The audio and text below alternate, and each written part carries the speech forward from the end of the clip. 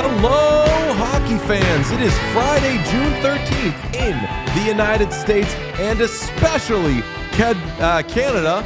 I was going to say Edmonton, Alberta, and I chunked it. And this is a show called What Chaos, presented by Prize Picks.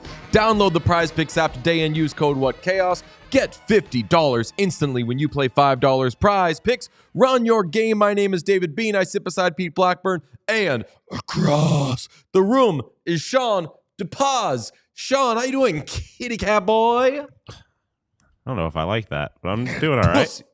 Doing all right. It's got a 3-game series. 2 of the games on the road where the Florida Panthers are the best. So I'm feeling good. How'd you sleep? How did everybody sleep? How many hours did we do last night? Felt dead inside. This was the worst morning of the playoffs for me so far. Oh, It was a very bad morning for me. This is the second show I've done today. I've been awake forever. I got minimal sleep last night anyway. I went back, rewatched all the goals, took copious notes, just soaked it all in, made sure I could get every second of Jack Michaels I could. What a crazy ass game. Pete, how'd you sleep? Throwing it around is dead. And I don't want to say who killed it, but we just sometimes it's dead. I mean, Sean, you want to ask him how he slept? not anymore. You already asked him. All right. I guess the I will rules let are you- out the window. You used to live in a lawful land. Now we live in a lawless land. It's fine. Blame me. I know Pete's going to be real thrown off by the lack of law and order. Yes. Yeah, that's right. If throwing it around is dead, blame me. I will take it. I slept totally fine. Same as I've slept after every other game. I'm an unbiased, totally straight down the middle observer of this series. Slept fine. I'm happy that we have a series. I'm getting allegations of having a sugar-free Monster and a Zin for breakfast. You did bring a outrageously elevated level of energy to the intro this week, based stuff of the swings of like how you can tell how a game previously went for the Oilers, the last game, based off the intro energy that you bring to the show. I think that honestly, it's more just I'm on my last legs physically. Okay. So some moments you're gonna get a lot. You know when someone's dying, and like right before they die, like in the 2 days before, you're like, you know what? They had it more. This happened with my late great grandfather. In like the couple of days before he died, he was like the sharpest he was in his final weeks. And it was like just one last moment of being like, yo, world, I got it. So when I'm energetic during the Stanley Cup playoffs, I'm like, maybe this just means that I'm finally about to be finished off. Okay, good. You know what I'm for saying? you then. Tell the folks that's on the show. Today on the show, we are going to discuss what happened last night, because that might have been the best game ever. It was crazy, and this might be the best Stanley Cup final ever. It's certainly in the discussion and has the potential, the ceiling, to be one of the best Stanley Cup finals ever. We are tied. It is a best of 3 from this point on. We're going to be joined by Steve Peters. It's a Petey episode. You love him. He's the internet's favorite hockey analyst at this point. He has gone viral on Reddit. He's gone viral on Twitter. The man is blowing up. We love to see it. So He's like Anthony Fantano, if Anthony Fantano knew what he was talking knew about. what he was talking about. And finally, last Evander Kane game ever? ? Are you banning Evander Kane? I mean, I'm pretty close. I got some Sean DePaz, like, don't let me forget. I didn't think What Evander they have Kane done. was the guy you were going after. Yeah, you kept saying yesterday that Darnell Nurse was the guy you were going to cancel today. So Darnell Nurse and Evander Kane being canceled by DJ. It's very Pete-esque take. Excuse Yes. me. Yes. No, I can't cancel Darnell Nurse because Chris Knobloch has already canceled too many Oilers defensemen. And I I was think going to say, Troy Stetcher is for sure canceled. For sure canceled. yes, Gone forever. We're going to pour through a lot of it. Let's begin, obviously, with a positively wild Game 4 in Florida. I'm just going to, just so we have all of the bases covered, so we make sure that we don't miss mentioning that crazy thing that happened, I'm going to give a quick summary, and then we're just going to fill in everything. Panthers dominate the first 10 minutes of this game. Oilers take 3 first-period penalties. Panthers score on 2 of them, make it 3-0 on a critical missed call at the end of the first period. At the intermission, with like minutes left before they're about to head out, Chris Knobloch tells Calvin Pickard, okay, you're going in for Stuart Skinner. He goes in. Penalties start being called on the Panthers. Makeup calls are coming. We said on our stream, like, these Oilers are going to start going on the power play. They need to score. That's what happens. Ryan Nugent-Hopkins makes it 3-1. Then Darnell Nurse scores on an absolute rope past Sergei Bobrovsky, makes it 3-2. Vasily Podkolzin ties the game late in the second period, and there you have it. It is tied 3-3 after 2. Third period, Sasha Barkov, of all people, turns the puck over. Jake Wallman winds up for a, let's say, Sean, you said on the stream, like a calendar month? Yeah. Jake I think it's a Wallman calendar waiting for that year. one-timer? Calendar year, I think. But yeah, he was waiting there forever. I said he occupied his own zip code. Yes. Yes. Everyone saw it coming. I think Bob saw it coming, and Jake Wallman was like, I'm just going to do this shit. 4-3 Oilers. And then in the final seconds of regulation, Oilers have the chance to put it away. Brett Kulak just needs to reverse it to Evan Bouchard, or Leon Draisaitl just needs to be a little more Leon Draisaitl-esque in his own zone. Calvin Pickard needs to tend the goal, how you say. Doesn't matter. Panthers tie it, and it's 4-4 going to overtime. Each team hits a post. First, it's Trent Frederick. Then it is Sam Bennett. I might have gotten those flip-flopped, but Sam Bennett and Trent Frederick, very similar players, hit posts before Leon Draisaitl, who has had a weird night and deferred the entire night, tries to pass on like a 2-on-1-ish type thing. Nico Mikkola lays out. Gustav Forsling, he is not, so he essentially redirects the puck through the legs of Sergei Bobrovsky, and it is tied. And if I just described that poorly, allow us to have Jack Michaels do it for you. Change, breaking free is Draisaitl to the net, score! Leon Draisaitl has tied the series with his 4th OT winner in the playoffs. Final score, Edmonton 5, Florida 4, in overtime. And in the process, what does Leon Draisaitl do, Jack? With his 4th overtime goal in one playoffs. That, my friend, Is a new league record. there you go. The best. Oh, my God. People say that we're the best duo in hockey. No, they don't. Some say that maybe Merrick and Wyshynski are the best duo in hockey. Sean even argues from time to time that Leon Draisaitl and Connor McDavid could be a good duo. Do you think I've said that before? Yeah. He's said it before. It's Bob and whoever Bob's with, and it's Jack and whoever Jack's with. That was incredible. Also, I was not prepared for the tonal shift from Jack screaming Yeah. like overtime, and then like in a split second, Bob in there just talking straight like Bob, no, not elevated, Information. just straight to the point, information.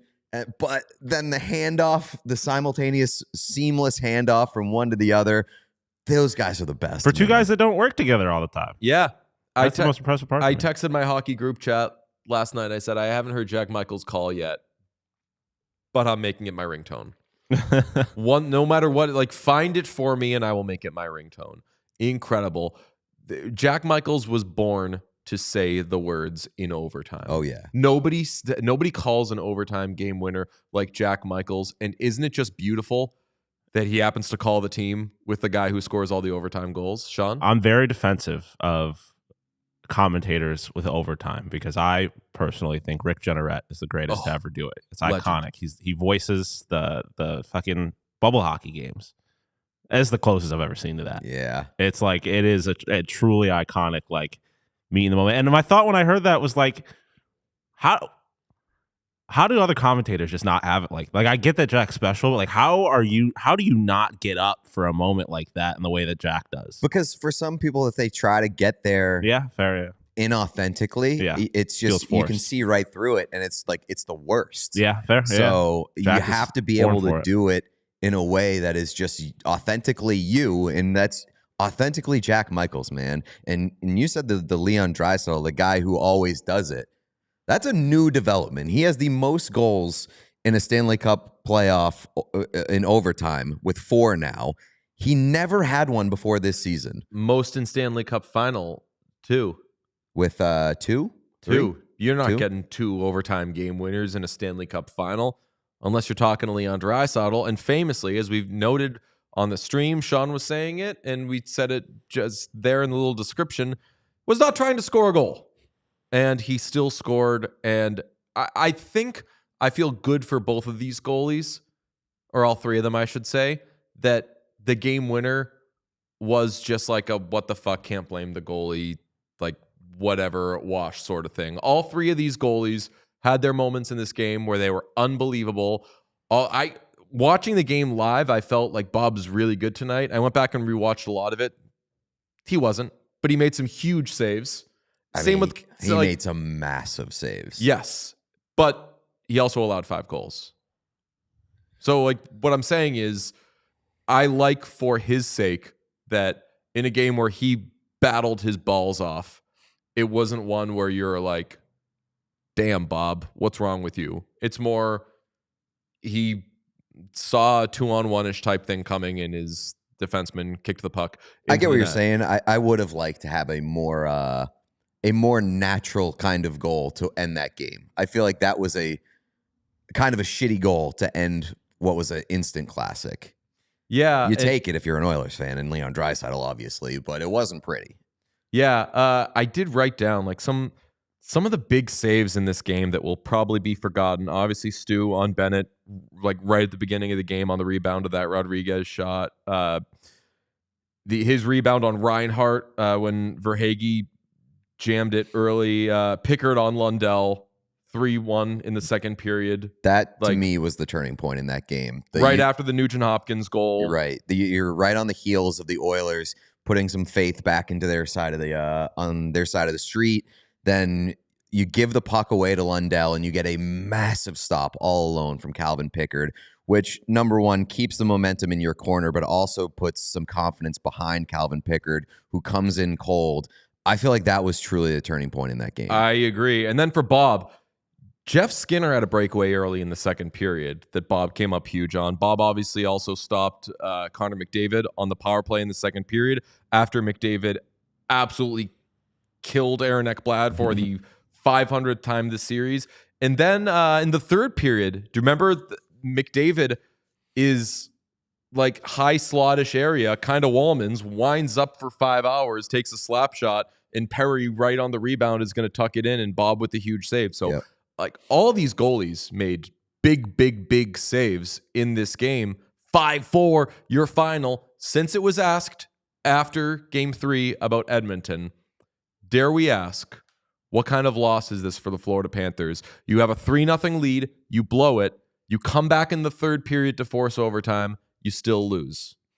I mean, it's a bad loss for sure. I mean, it's a swing game, pivotal swing game. You had an opportunity to kind of put your foot on the throats of the Oilers, which, like, historically isn't the most important thing for the Florida Panthers, given that they blew a 3-game lead. I'm not going to overreact and say that this is a crushing or demoralizing or devastating loss for the Panthers, because, again, we looked at last year. They had a 3-game lead that they blew in the Stanley Cup Final. So blowing a 3-goal lead is not the end of the world. Paul Maurice is very good at keeping his team even-keeled, keeping them composed.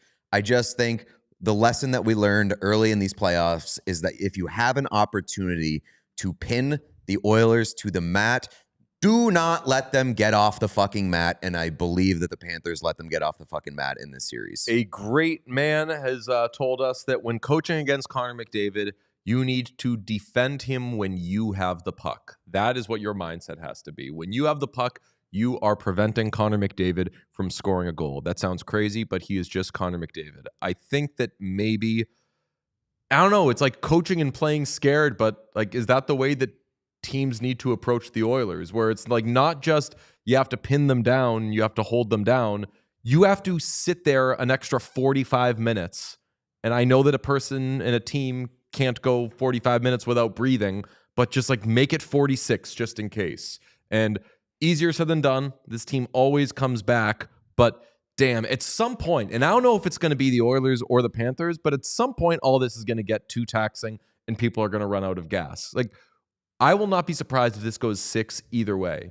If Florida comes out and wins the next 2 and you're like, boy, it took a lot out of Edmonton to win that game 4. That was their Super Bowl. Or if Edmonton comes out and blows doors the rest of the way, where it's one of those classic, the Oilers melted down and then they never lost again. That happens all the time.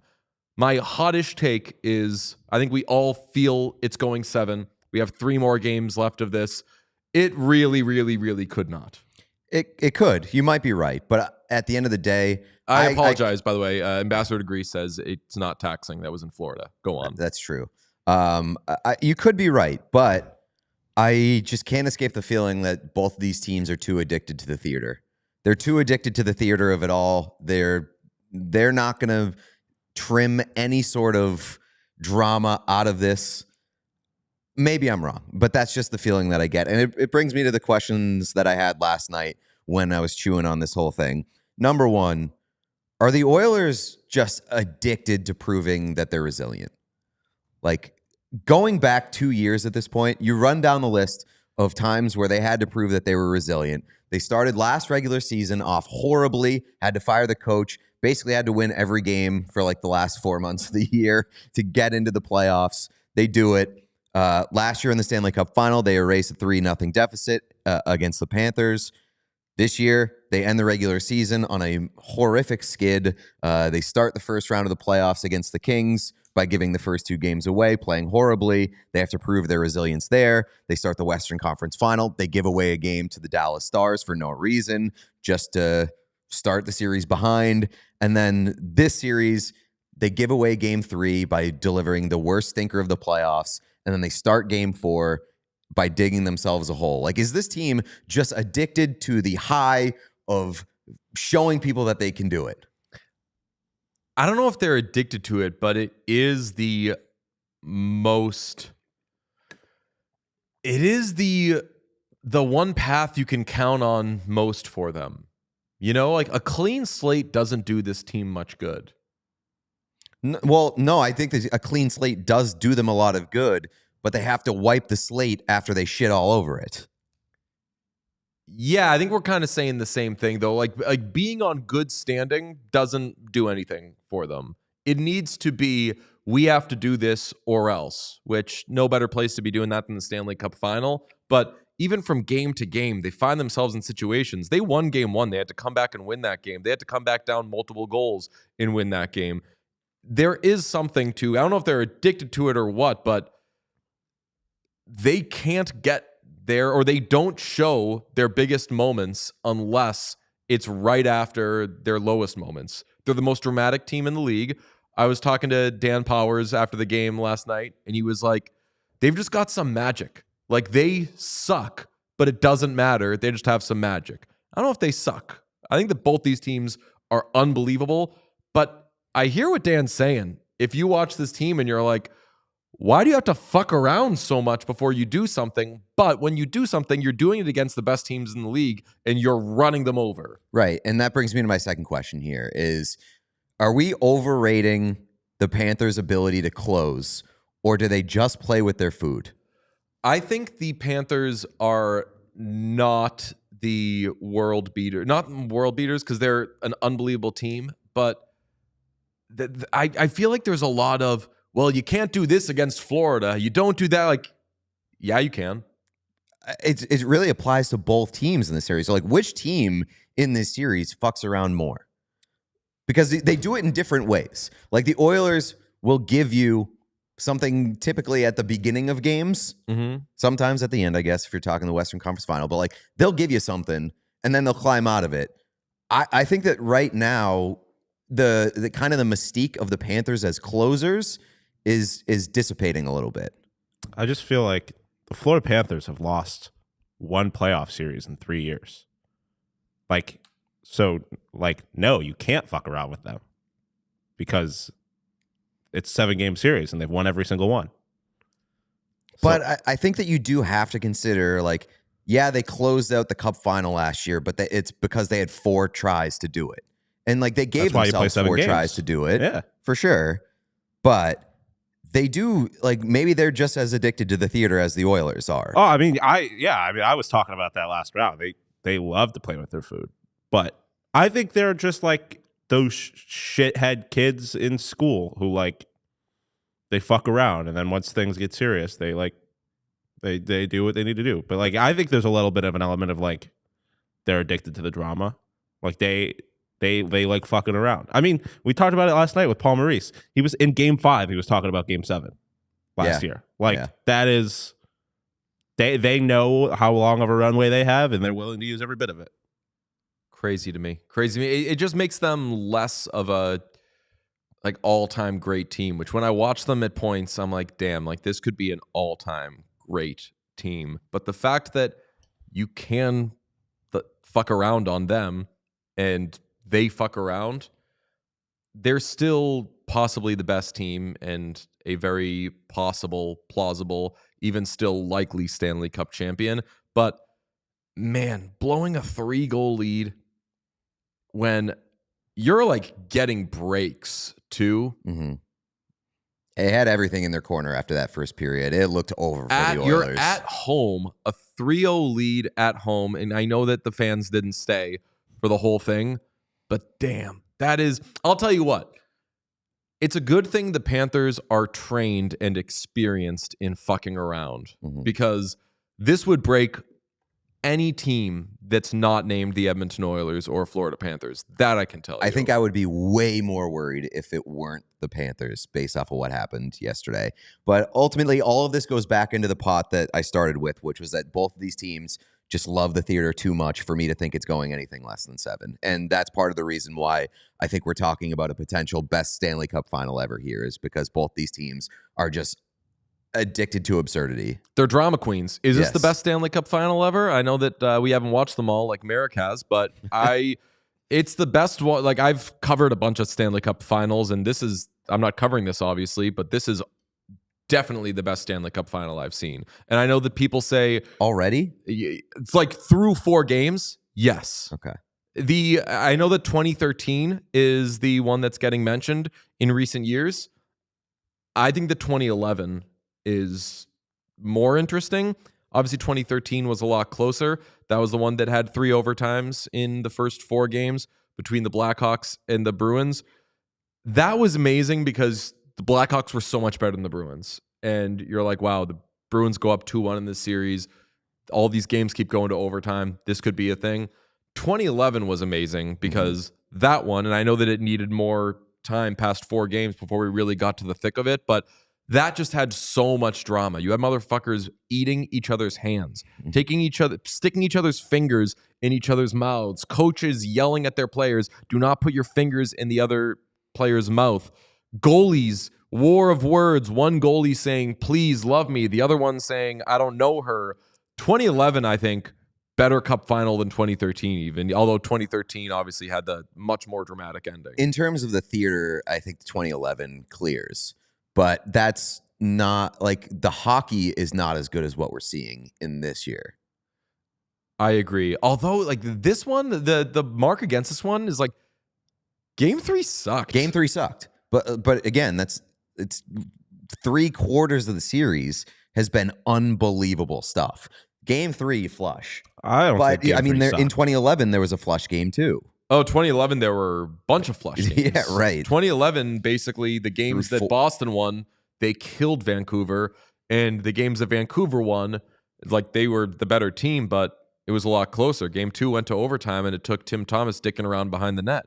Yeah. So This is an all-timer, I think we can say. It's an all-timer. As Pete said, you got two teams who have very fair allegations of being drama queens. Panthers, I think, are drama queens maybe a little more endearing. Oilers, drama queens, derogatory. Who gets the endearing and who gets the derogatory there? Yeah, I think that it's both. Depends both. on who wins the cup.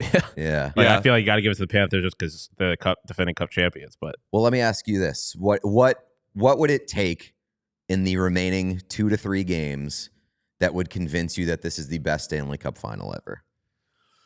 I mean, we haven't heard from Mr. McDavid yet, so him going the hell off would be amazing. The problem is there someone on Florida who you could say that this becomes like a 2-man race where it's like this guy and the Panthers, McDavid and the Oilers? I mean, I think that you'd say Bobrovsky is Bennett the or guy. Bob, the but- guy who can like single-handedly take over for Florida more than anybody is Bobrovsky. So what if there's like to bring it back to 2011, what if there's, I mean, my favorite hockey game ever, the Bin Laden game, which is known for Bin Laden dying, but also for it feeling like there were only 2 players on the ice, Tim Thomas and James Van Riemsdyk. What if there's a game that is just a McDavid undressing guys every shift?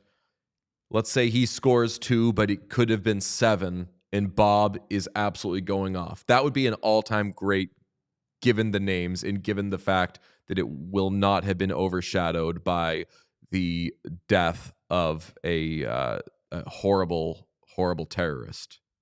Something to think about. Who's to say? brave enough. Very brave of you to say. Bin Laden bad guy. And calling my shot that there's not going to be another like Bin Laden dying before then. I mean, Who's to say? yeah. Somebody says Game 7, Hyman comes back and scores the game-winning goal. I mean, that would Maybe Game 7, 2027. yeah, I know. But- it's an all-timer, like I said. And if you want all-time shades, quality ones, built to last, let me recommend our friends at Shady Rays because they got premium polarized shades that won't break the bank. Shady Rays is an independent sunglass company offering a world-class product rated 5 stars by over 300,000 people. Their shades have durable frames and crystal clear optics, making them the perfect choice for all outdoor adventures. They got hundreds of options to choose from, so you're bound to find the perfect pair to match your style. They even have a style, I'm guessing, in your favorite team's colors. I wear Shady Rays when I blade. I went blading yesterday. It was amazing. It felt so good. Sean is wearing Shady Rays right now. Look at those things. We have similar styles, Sean. This is one of 2 pairs that I have. Finally got mine in, and I fucking love them. Nice. Yeah, just like the round Lennon style. That's the move. Those look great on you. Thank you. I think those They look just great look on good. most people. What's that? So they look good on most people. Well, they Yeah, have I went so with many the- styles to choose from that there's Yeah. there's bound to be a pair for your face. This is the stealth colorway. It's like the all black. Plus, it's like the no tangle ones. They have like the built-in nose pieces, so you're not that I have to worry about it, but your hair can't get tangled in the nose pieces. Very nice. That's great. And if you lose those, don't sweat it. You know why? Most insane protection in all of eyewear. Every pair backed by their lost or broken replacements. And if you don't love your shades, Sean doesn't apply here. You can exchange it for a new pair or return worry-free within 30 days. There's no risk when you shop. Their team always has your back with personal and fast support. Exclusively for our listeners, Shady Rays is giving out their best deal of the season. Head to shadyrays.com and use code AC35 for 35% off polarized sunglasses. Try for yourself the shades rated 5 stars by over 300,000 people. Also, try for yourself the HOF betting app because it is the best way to supplement your betting experience. And honestly, I would say it's even more important than supplementing. It is like it should be a pillar of your betting experience. It's like the plate on which you put your food. Otherwise, you're just eating off a fucking table. Right. And then you're just getting shit everywhere. Yeah. You're losing a bunch of that food. If you're sick of just throwing money at parlays that you have a feeling about, stop being an idiot. Download the HOF app and see why they've completely changed the game, because they've got historical data, they've got matchup grades, leg correlation tools, player performance insights. You're talking giant data nerds just providing you with everything that you need to be a smarter, better. And maybe the best part, once you've built that parlay or maybe just looked at a straight bet, You can send it straight to your sportsbook with one click. No manual entry, no wasted time. The HOF app syncs automatically with most major sportsbooks like DraftKings and FanDuel. It's not just about parlays, player props, game lines, totals, everything across the board. Everything you need to break down the trends, the spot value, and make smarter bets in every major market. So for a limited time only, our listeners are going to get a 7-day free trial. You're also going to get 50% off your first month when you enter code CHAOS at checkout. Just download the HOF app on iOS and Android or visit hofbets.com and enter code CHAOS, and you're all set. Okay, let's get to the legend. He's the Rick Beato of hockey. You got to follow and subscribe to the Inside the Coach's Room YouTube channel, and obviously everywhere you can find him on social media. His name is Steve Peters. He is a longtime video coach of the Arizona Coyotes. Nobody, I mean nobody, can analyze this beautiful sport like Petey. Petey, hi. Hi. First of all, can you hear me? Because I'm in a hotel room and I'm so comfortable in my home studio. I just want to make sure, Sean, I'm good. Can we hear me? Everything's fine. Yes. What's the sign behind you though? It says. Oh, it's Catapult Hockey Analysis. It's data. It's video nerds. I'm in Toronto at a video coaches conference with a bunch of nerds, which I am a part of. Just like you and Megan Chaika, just like crunching numbers. 100% video nerds from juniors, college, and the NHL. So it's been a lot of fun here. Nice glasses. Yeah, four eyes. What kind of parties you got at that conference? Because like at band camp, the kids go crazy. Everyone's fucking at like this the nerds convention. Fuck. So what kind of parties you got going on? These nerds know how to go because they don't. They're. I mean, it is a nerd party and a nerd convention. I actually went home and after the game and worked. But these guys, 2:30 in the morning, they're out at the Loose Moose right on York, and they're a little late last night. These fellas. So you got to watch those video guys, man. They can be trouble. Sneaky good. Not the only folks getting laid after that one, because people are going to be pregnant based on all of the sex that's being had at this convention, I guess is what I'm saying to you, Petey. Sure. I'm just going to open it completely. What did you see last night? This one's funny because after the game 3 that was so poor for the Edmonton Oilers and did the shenanigans on the third period, I wasn't a big fan of, and I wasn't impressed with the way the Oilers finished that off. I think they should be a little bit embarrassed, but that's another talk for another day. So you start off game 4 and you expect there's going to be a push by the Florida Panthers. Like the Florida Panthers are going to be coming in, and I know the shots were 10-2, and I know the Florida Panthers took the early push and they were better early, but the Oilers survived it. And the same thing that has been happening to this Edmonton Oilers team happened again. They take penalties. And Kane and Nurse both take penalties that lead to the first goal. If they can avoid those penalties, I thought Skinner was great. He made a couple of really big saves in that first 10 minutes. I think they were just trying to find their legs after what they had went through in game 3. So I think it's the penalties for the Edmonton Oilers that turn the tide of this game. And they're going to have to, if they want to win the Stanley Cup, and I still believe that they can, and they showed the ability last night to come back. If they want to do that, they have to stop. We've said it every freaking game. Stop taking penalties. And it's stick follows that you can avoid. And I think that was the turning point of this game early, is people going to the penalty box.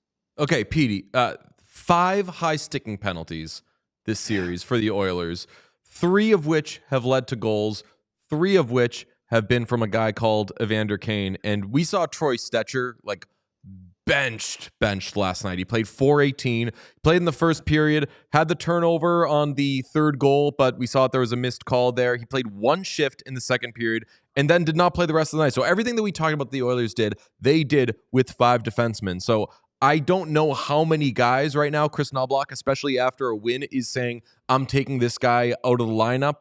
But do you look at Evander Kane at this point and say, it is a damn guarantee he is going to take a high sticking penalty? Yeah, without a doubt, he's going to. And Perry's going to take one down in the offensive zone by the net. Yeah. Yes. Book it. Go to your apps and book that. But you can't, because that's an element of the game that the Edmonton Oilers need, because they don't have it throughout their lineup, and the Florida Panthers do. So if you want to combat that walking the fine line, that edge of the game, you got to have Kane and Perry in the lineup. And you can't sacrifice one thing for the other. I agree. Like if this is game 65 and you're playing Columbus on a Tuesday, you know what, Kane, it's enough. Like, uncle, you're going to sit out a game because we can't afford that to turn the tide of a game again. You can't do it now. I mean, this is the team you are, and this is what you're going to have to compete against, because Kane can end up being the guy that helps you get the game-winning goal late in the third period. He has that ability. So I don't think you're going to see those lineup changes. And by the way, I'm a huge Stetcher fan. I think Stetcher does a lot of things well, and I think he moves the puck well, and he's good enough on his feet to get out of trouble. And I feel bad on that goal. You go back and watch that goal, the puck bounces on his stick. That should be reversed up the wall, and they're out of the zone. It's just unfortunate. Then he gets the stick in the face, and he doesn't see much ice. So big Stetcher fan. Hope to see him back on the ice. So you thought that was a bad bounce because like it looked like he was just so soft on the puck and he was afraid he was going to get hit. No, and again, no, and you can watch Inside the Coach's Room and subscribe. But the puck's rolling; it's on edge as it comes around the corner. He's just trying to do a simple reverse to his D partner. The puck literally bounces the second he swipes at the puck with his stick, and that's what allows it to stay where it was for Verhaeghe. He's not bailing on that play. He doesn't mishandle the puck. It just bounces on him, and it's unfortunate for him because I think he makes the right play. He pulls the defender Verhaeghe with him behind the net, which allows more open space in behind him for his partner, and he reverses the puck along the wall. I mean, it's the right play. It's a bad bounce, and it's hard along that those rims along the lower part of the boards. That's where all the ice collects, all the snow collects during the game because everybody's stopping in that area of the ice. So it happens, and it rolled up on him at the really wrong time. So sorry for Stetch on that. So sorry to hog all this. I swear Pete's going to talk to you to say, do you think that's factoring into, because 8 of these 9 goals, someone texted me who was at the game last night and was like, were all of the goals scored on the same net? And I was like, fuck, everything except for the game tying goal by Reinhart, they were all scored on the same net. So like that area behind that net, you say that all the snow collects there. Does that factor in to whatever the Christ happened on the Reinhart, or I'm sorry. Oh, so I guess it would be the other side. But like behind the net where Pickard doesn't get much on it, and then Kulak, probably should he just throw it back to Bouchard there, or it's a hard spot along that wall, and I don't think Pickard gets all of what he wants, and Kulak's in trouble, and Kulak just has to move the puck. The truth is that particular play, that's a really good wall play by the Florida Panthers. The one thing that the Edmonton Oilers forwards have not done this entire series is come back low in the zone to help out on those wall battles. They end up, the Florida Panther forward is going to be inside the Edmonton Oiler forward. The Edmonton Oiler forward is higher up by the defenseman. And so you're often seeing that they've turned the puck over in that area of the ice consistently throughout this on their breakouts because Florida's down low at the hash marks and the Edmonton forward is up by the blue line. And that's an adjustment I'd like to see Knobloch make. I'd like to see his forward pull down and get in that battle. But that's what happened. There was a really good play on the wall by the Florida Panthers. I think it was a Reinhart that made that play on the wall. It was Verhaeghe on Draisaitl of all people. So like you're saying there, Draisaitl's got to be on the inside. And he's got to win that battle. Yeah, he's got to be on the inside of that battle, and he's got to win that wall battle. And I thought that this entire series, I think that ice has been hard fought, and the tide has always turned on who's ever winning that battle on the wall in the Edmonton Oilers defensive zone. If the Oilers are winning it, they're getting their transition game going. If the Florida Panthers are getting it, that wall battle at the hash marks, then they're getting offensive zone time and more opportunities at the net. Chris Knobloch's going to have some really interesting lineup decisions to make, and he's been very good at pushing the right buttons in this entire playoff run, including last night, taking Skinner out, putting Pickard in. Which goalie do you go with for Game 5? It's funny. We were at the video nerds were all at a dinner watching this, and when they made the change, a lot of guys said, gosh, you should have gone with Pickard to start this game. Because now if he struggles, you go back to Skinner and he's your savior and you can go that direction. Now you're in a tough spot. My personal opinion, I don't think there's a choice. I think Pickard is 7-0. I thought he made great saves immediately after taking the net last night. I think his team had found some feet and they saw some speed and they played different. The reality is that you play different in front of different goalies. You do. Calvin Pickard is extremely well liked in the room. He's a phenomenal teammate and a great person, and guys want to play well in front of him, and it showed. I don't think there's a choice. I think it's Calvin Pickard, and I think you have to give Calvin Pickard an opportunity at home. He was really, really good. He made some great saves last night, so I think it's Pickard. Yeah, I wouldn't be offended if they went with Skinner. I wouldn't think that it was the wrong decision. Mm-hmm. I just think that Pickard earned a shot in Game 5 based off of the way that he played. And I also think that Skinner has shown time and time again, both goalies have shown time and time again that they will be ready if they need to come in. And Pickard was ready last night. I truly do believe that Stuart Skinner will be prepared if the net turns back over to Pickard. DJ had some reservations about Skinner's ability to come in later in the series. Yeah, so this is where, and I'm doing some light devil's advocate here because I'm sticking with Pickard too. But if you go to Stu in Game 5, which would be controversial, and I think you're rocking the boat of your room, so that's why I wouldn't do that. But if you go to Stu in Game 5 and he struggles and or the team loses and you need a last gasp like Hail Mary, you go to Calvin Pickard on the road, and this is not new to him at all. He has had to come in throughout this postseason, sub in, and with the exception of the King series where it took him a while to get going, he's been able to just come in like last night and be steady and even great at points. If you go with Calvin Pickard in Game 5 and lose, you are then going back to Stu on the road in a building where he has been chased in back-to-back games, and those are the two most recent games he's played because you have benched him and told him you're not our guy. I think that is a much tougher hole to climb out of. So that would be my logic if I were to go with Stu in Game 5. But I think that you just have to say you're 2 wins away from winning the Stanley Cup. And that's not a goalie thing. That is a team-wide thing. Who do you play the best in front of? When have you done your best recently? And that's been in front of Calvin Pickard. So stick with Pickard. But and one thing I did got to see, DJ, impressive thought process there, because that's exactly what happens in a coach's room. And it's not just the first 5 minutes of Game 5. It's play this scenario out. What happens if? And I think for the Edmonton Oilers right now coming home, I think the Edmonton Oilers play outstanding in front of their home fans. I think right now they've got that belief, and belief goes a long way in this short series. It's 2 out of 3. You guys mentioned it's 2 out of 3.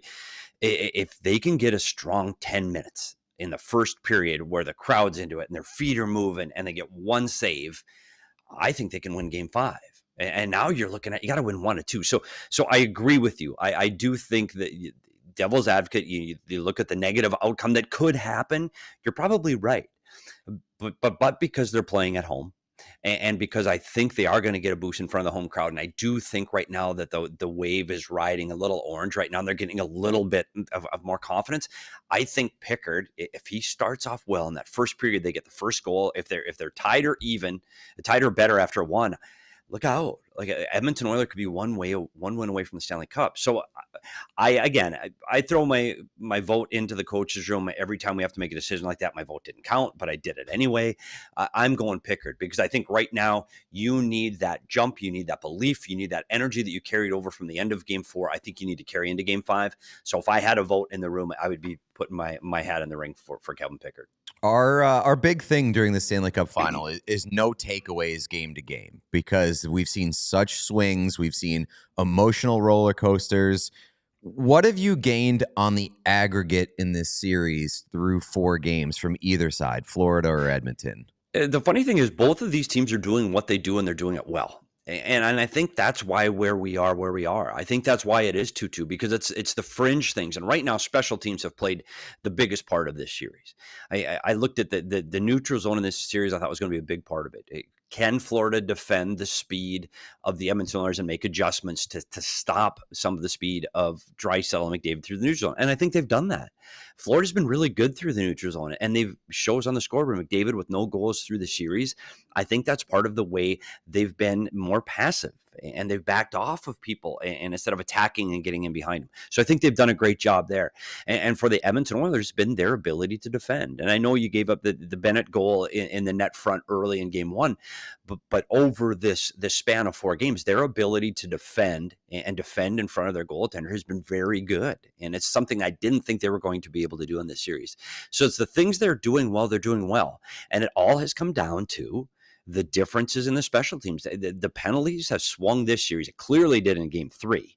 And you can go check in and what you think about the refereeing in that game. But the same thing happened in Game 4. The momentum starts off in Florida. Why? Because of the 5-on-3. And that's where everything shifted. And then for the Edmonton Oilers, it's a penalty by Bennett slashing on a back check, trying to catch up to Bouchard. And now the Edmonton Oilers get their confidence, get their power play out. So for me, it's the special teams have had a huge effect on this series. And it's that team that could walk the line of being physical, being strong, being on edge, but not sitting in the penalty box. That's the team that's going to get the leg up in Game 5. Why do you think Connor McDavid has scored 0 goals in this series? It's funny, when you go back and look at some of the ththings we talked about, and you mentioned it earlier in the show about staying above Connor McDavid. Florida Panthers, I didn't think did that in Game 1. I thought they gave him too many chances. And again, he's going to get scoring chances. He had 2 fantastic scoring chances last night. Bobrovsky came up the better of him. But you look at how close Florida's defending McDavid from blue line to blue line, and it has been a difference maker. He's not getting those like he did against Eichel, where he had 20 feet of runway to leave Eichel standing still. He's not getting that in this Florida series. They're not giving him that time and space. So what does McDavid do?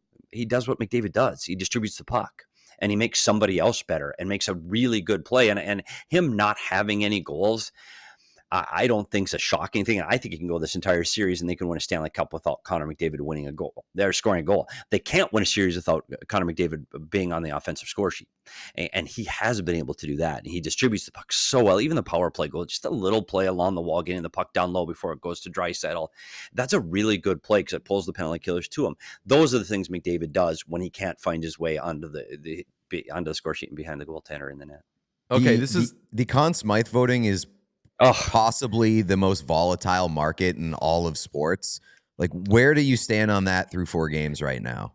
What do you do? Like, and jokingly, kidding, I said last night when Pickard went in and he starts to sway, I said, it's Calvin Pickard. He's 7-0. He's got the best goaltending record since Grant Fuhr. But in jest, I don't know. Because last year it was so Connor McDavid. Like, it was absolutely Connor McDavid. Bennett has been the player, I think, for Florida that's really swung the tide offensively and been the pest that has helped this team be who they are through this third round. But you think if the Florida Panthers are somehow able to hold on and win this series, it's going to have to be with Bobrovsky. And he hasn't been exceptional. He was good, great saves, but he hasn't been the guy. He's given up 5 goals. He's given up 4 or more in 3 of them. So is that Conn Smythe worthy? Skinner? No, clearly not. Is it Draisaitl? This is as wide open as I've ever seen it. I don't know. They're all of those names can get thrown out, but I don't know who it is. Tkachuk was invisible, and I know it's partly because of injuries. And I said it before the game that, gosh, he hasn't done anything, and then he gets 2 goals. So I'm not sure if there's somebody running away with it right now. Do you guys have your guy?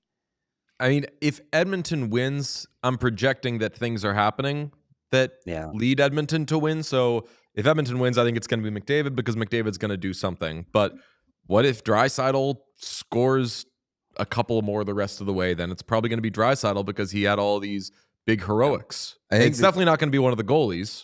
I think the easiest thing to say is that... I mean, Bouchard maybe, even though is still in the mix. I think the easiest thing to say is that the award is still to be won. Yes, agreed. It's who can do it in this best 2 out of 3. And I think isn't that unusual though? Like we were talking about McDavid last year before the finals even started. Like that's how somebody's usually emerged as the guy. And through the first round, it was Rantanen. And right now, this is again, it's the razor thin margins between these 2 teams. That it's just one play, it's one guy. It's one mistake, and so I don't see anybody carrying the load right now for either team. Okay, Pete talked about Knobloch pushing the right buttons.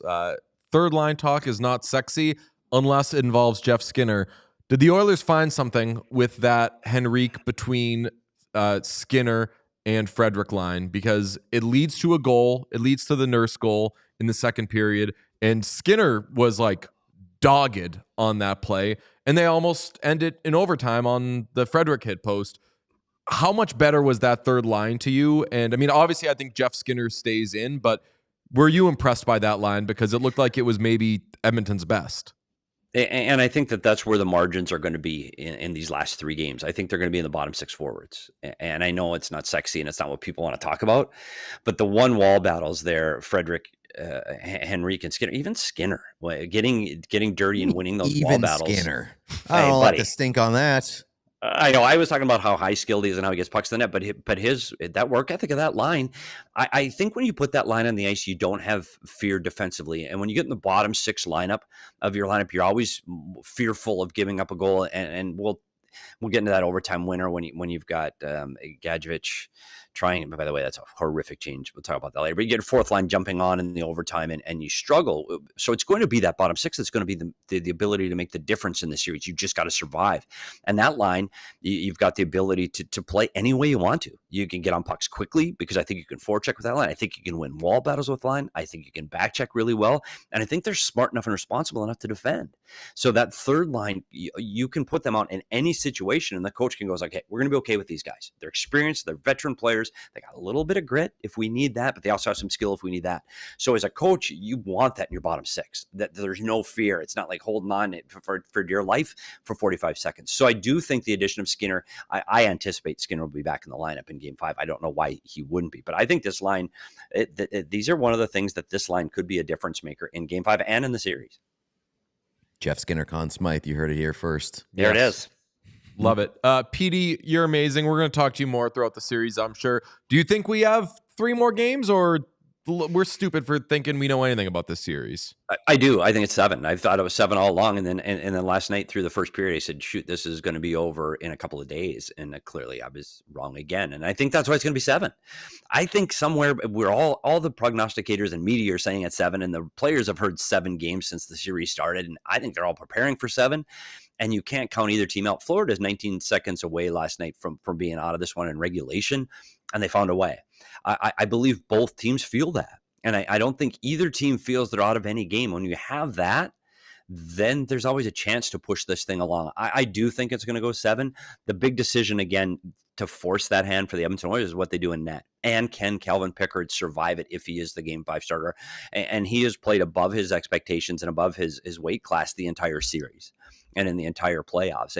And again, no offense to Pickard, but if he goes back to his normal statistics and what he does normally, then Edmonton could be in trouble over the next 48 hours. I mean, whether it's Skinner or Pickard, if the Oilers win the cup, are they going to have the worst cup-winning goalie in decades? I always said this. I think the Edmonton Oilers are a good enough team offensively to have a good goalie. And good usually Florida needed a great goalie. Florida's going to win this. He needs to be great because of how aggressive they are. They give opportunities. But I agree. I mean, Darcy Kemper needed to be good for the Colorado Avalanche. Anthony Niemi for Chicago needed to be good. There are instances where goalies need to be good. And then Jonathan Quick needs to be great. I do think this is I don't know if it's the worst is a bit of a stretch because I think Skinner has been good. And I think Pickard's been good throughout the playoffs. But they can win with just good and just average, which shows a big credit to how well this team is built. They'll be in the conversation. Without a doubt. Most underwhelming, most forgettable. No, see, that's the thing. I couldn't say underwhelming or forgettable because one of their goalies was unbelievable. No? Back-to-back shutouts? Yeah, every time they lost a game, you would allow max 2 goals the next 3 games? Yeah, go watch LA again. I don't know. He's an up and down guy. When he's good, he's good. We said that about Skinner all season. His regular season was exactly the same. When he was bad, he was bad. But when he is good and he finds his way, I said this on your show that if the Edmonton Oilers are going to win the Stanley Cup, they're going to have to find a way to get Stu Skinner back in the net, and they did that. Like they had to find a way to get him back in the net because I did think they were going to have to go with Skinner to win it all, and he got back in the net and he was great. I don't even think if you go to last night's game, he wasn't bad. And I don't know if you guys had the opportunity to hear Coach Knobloch after the game, and I was waiting for the comparisons to DeBoer and the Stu was sucked. That's the difference. No, we needed a change. We needed Stu's fault. That's, by the way, that's how you handle that kind of a press conference. But this wasn't Stu's fault. I don't know what he's going to do on those. Like this isn't one where he pushed off in Game 3 and he pushed off and he was at the blue line when Marchand throws that one in. I don't know how he sees the first one. My point is I don't think he played poorly, but I do think that pull gave the team life. I don't think Skinner was bad in that game, but he just wasn't great.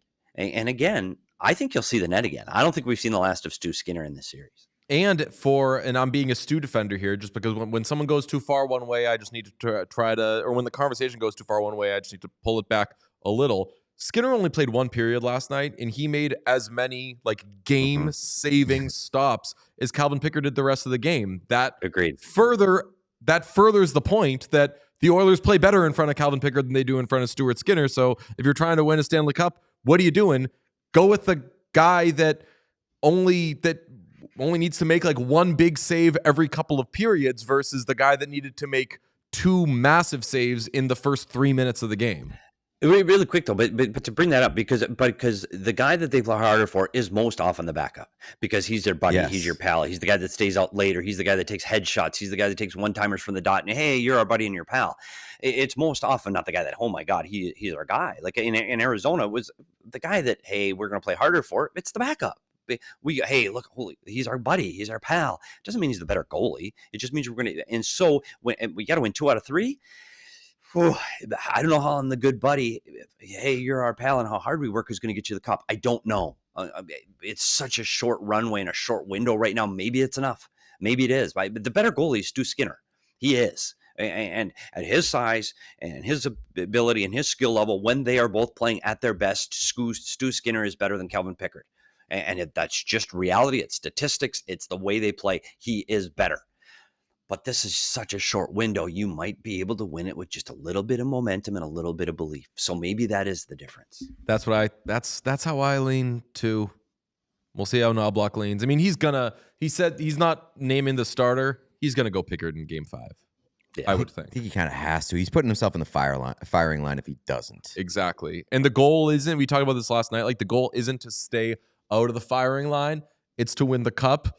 But like you're really in the firing line if it doesn't work out and you go to Skinner. But we'll talk more with you, Petey. You're the best. Can we say what you're doing? Can we say where? Yeah. I tell you what, today, if you want to talk about these goals, and by the way, I have thoughts on that slashing penalty on Bennett and people that are complaining that he's not getting calls. Dude shouldn't have been a slash that gets the first power play goal for the Edmonton Oilers. So we're going to look at a deep dive on all the goals from Game 4. We'll be out shortly. But you said it shouldn't have been a slash? Yeah, it wasn't a slash. It was a one-handed tap on the stick. He didn't hit his hand. Petey. Horrible calling it. Who called it? The guy that's 2 zones away. The guy that was 5 feet in front of him doesn't make the call. Let me see if I can find my tweets from last night. I said it on this stream at intermission, and I tweeted, let's see. The silver lining is the Oilers are going on the power play twice in the first 10 minutes of the second period. Get the power play goal going, make this a game. They were always getting those were makeup calls. Those were makeup calls that were badly needed because the high stick was missed on Verhaeghe on what should have been Lundell touching up, but instead the touch up goes in the net. So makeup calls. It's the hockey gods. Okay. Well, but that's coming out later today. And if you want to learn a little bit more about the game and what to watch for Game 5, stay tuned. Subscribe. All right, buddy. Love you. Talk to you soon. It's Steve Peters. Guys. Appreciate the time. Okay. When we were talking Conn Smythe, somebody in the chat said that it's got to be Leon who wins Conn Smythe. How fitting would it be if Leon Draisaitl, after missing out on the Hart, which we can say was maybe a little bit of his choosing, but after missing out on the Hart, goes and gets the Conn Smythe? That would be sweet for him. Instead, it's Connor Hellebuyck who wins the Hart over Draisaitl, over Kucherov. We had this conversation all year. Who should it be? How are people voting? Draisaitl looks like he's running McKinnon's case. What's that? How does it affect Nathan McKinnon's case? Exactly. How does Connor Hellebuyck winning the Hart affect Nathan McKinnon's case? And honestly, maybe we should have been asking, how does Nathan McKinnon affect Leon Draisaitl's Stanley Cup out? How does Nathan McKinnon's case for Hart affect Connor Hellebuyck's case for Hart? Because ultimately, I land on the reason Connor Hellebuyck won Hart this year is because there were too many skaters involved. Yeah, they all split the votes. It's Joe Stein. And if you were undecided on which skater was going to get your vote, I think a lot of them just voted for Connor Hellebuyck. And that's not to say that Connor Hellebuyck didn't deserve Hart. Like, I think he's a worthwhile Hart winner. He did not deserve Hart, but go on. I'm surprised that he won Hart. Especially when I feel like he had years prior to this where he was a more deserving Hart winner in terms of what he meant to his team, to the value that he brought, and the difference that he made for his team. And you can say like the Jets wouldn't have been President's Trophy winners without Connor Hellebuyck this season. Sure. But this was also arguably the best Winnipeg Jets team that Connor Hellebuyck played behind, which is why I said all year long I didn't think that he was going to win the Hart. This was a team that finished 3rd in the regular season in goals scored. I'm surprised that he won the Hart. I'm not, because we saw these little pieces throughout the year where voters were saying God knows what, but the points breakdown goes Hellebuyck 1,346 votes. Points. Leon Draisaitl, 1,209. So very, very close. And then it's 3 and 4. That's where it really does it. Kucherov, 973. And Nathan MacKinnon, 972. With more first place votes, interestingly. That's right. Nathan MacKinnon gets more than Kucherov. Yes, I think that there was an anti-Kucherov bias because he didn't enter the conversation until there were 2 weeks left in the season. And people were like, well, I didn't say in my Greg Wyshynski piece 2 months ago that I was considering him. Now, could I really vote him first? Yes. I feel like there might just be a general anti-Nikita Kucherov sentiment. People are just sick of him. Maybe, but I also think that like Kucherov's case is hurt by the players that he played alongside. Like he played Merchant on the best Jake Gensel, line, Merchant. the best line of any of those skaters. Yes. And he was a big part of the reason why they were the best line of any of those skaters. But like, look at the players that Leon Draisaitl played with for most of the season. Look at the players and how many of them Nathan MacKinnon played with throughout the course of the season. I think Draisaitl missing 11 games late in the season threw voters for a loop. And a lot of them clearly were still very comfortable making him their first place vote. But damn, if you're not going to go Draisaitl, just go Kucherov.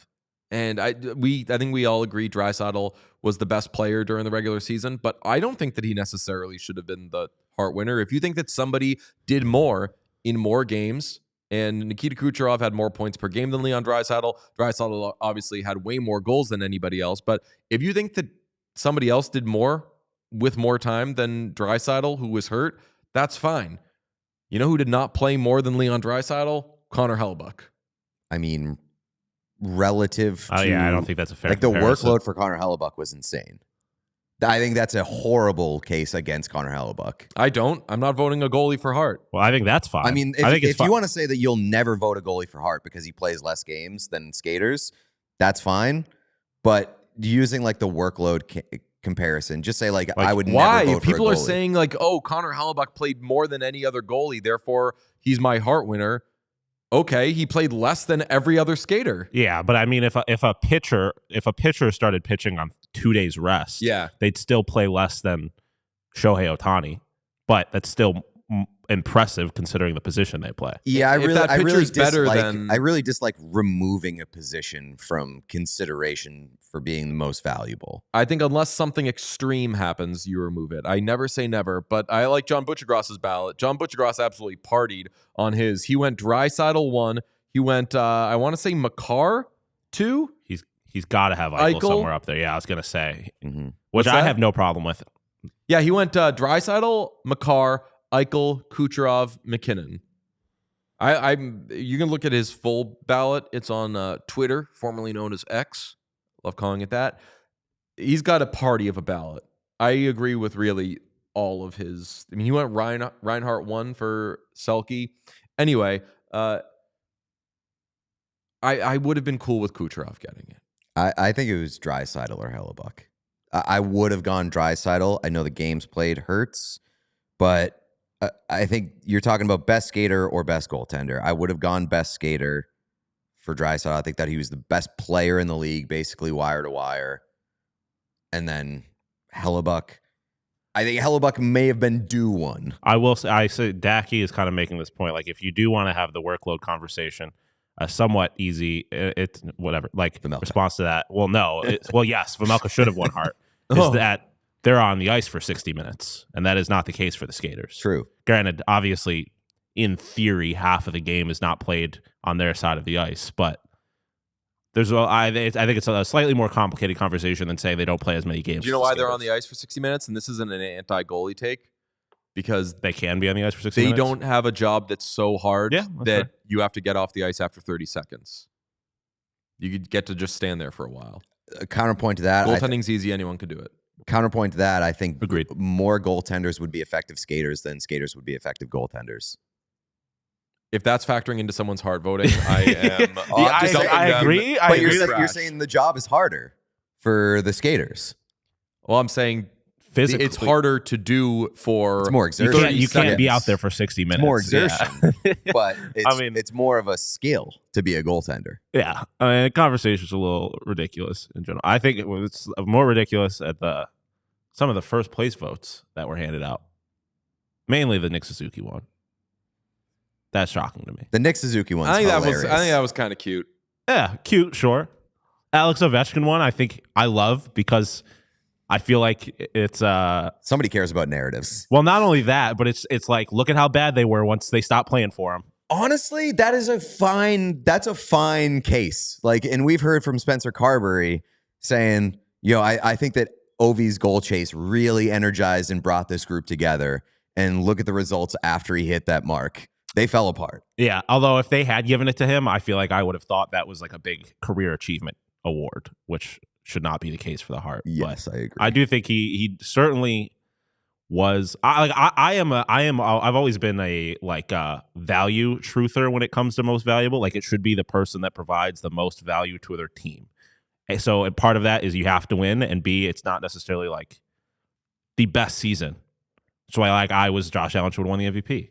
He's more valuable to the Buffalo Bills than Lamar Jackson is to the Baltimore Ravens, even though on paper, Lamar had a better season than Josh Allen. Okay. I mean, if we're doing that, and I kind of want to get off this, but if we're doing that, is Connor Hellebuyck the most valuable guy on his team? I think that people look at the Jets, and Pete's talked about this, where they're just like, how are the Jets winning? It must be the goalie, and they had a really good first line. They had a really good first line. Guys who were scoring. Scored a bunch of goals. Yeah. They defended fairly well in front of them this year. Like, this was not the year that I would say Connor Hellebuyck is the reason the Jets made the playoffs. Yeah. I mean, I that has said been the case many times. I said it last night. At least for me, this is the most immediately forgettable Hart winner ever. I mean, my only response to that is it's not because it's a goalie that won, but I agree that we came off of a season where we had somebody score 70 goals and they weren't even a finalist. Yeah.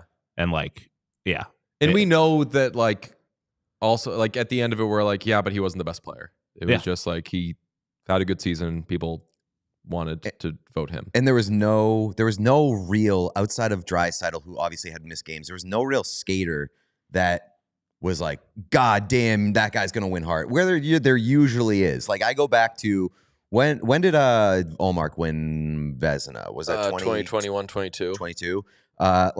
His numbers during that season, obviously the workload wasn't as big. All of his numbers were better than Hellebuyck's this year. Better save percentage by a pretty healthy margin. He had a .938 save percentage. His goals against average was better. Had more goals saved above expected. Less wins, less shutouts, but again, less games played. The reason that Ullmark finished 10th in Hart voting that year was because Connor McDavid got every first place vote minus one. He almost won unanimously that year because he had over 150 points. Real quick, are you surprised? I know he missed a lot of games. Are you surprised, considering the conversation at the beginning of the year, how far Kirill Kaprizov fell in the Hart voting? No, he just missed way too many games. I'm surprised. I'm just surprised there weren't some people that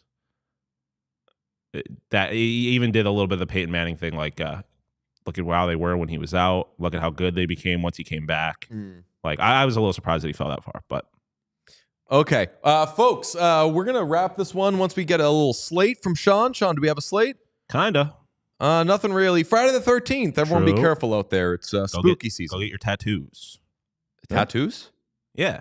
You get tattoos on Friday the 13th? Yeah, it's a huge thing. It's a huge that's where I got my second tattoo. Is they do Sean got tricked into getting a tattoo on Friday the 13th. No, immediately where my brain went to. I was somebody played a prank on you and made you get a tattoo. Tattoo shops will give you cheap tattoos. They'll do $13 tattoos. And a lot of times it's you have to choose from a book of predetermined things. You got a tattoo of a book? No. My tattoo, I have a tattoo of words. Respectfully, getting a cheap tattoo out of a book is not the way that I get my tattoos. Well, that mine weren't off of it. I'm just saying it's a tradition for tattoo shops to give out cheap $13 tattoos on Friday the 13th. How can that be profitable for tattoo shops? They're brand doing it loyalty. At cost.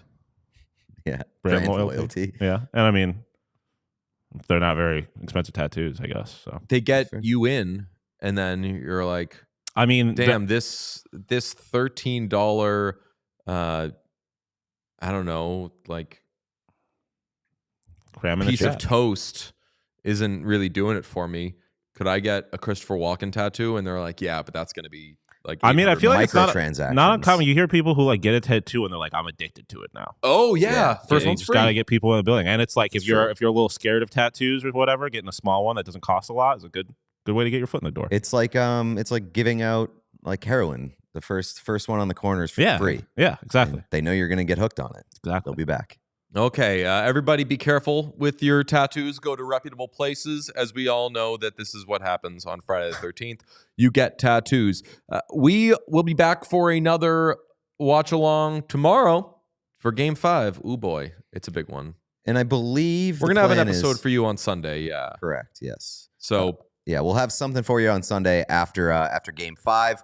Hopefully that's another crazy one. We do have a couple of super chats that we want to get to.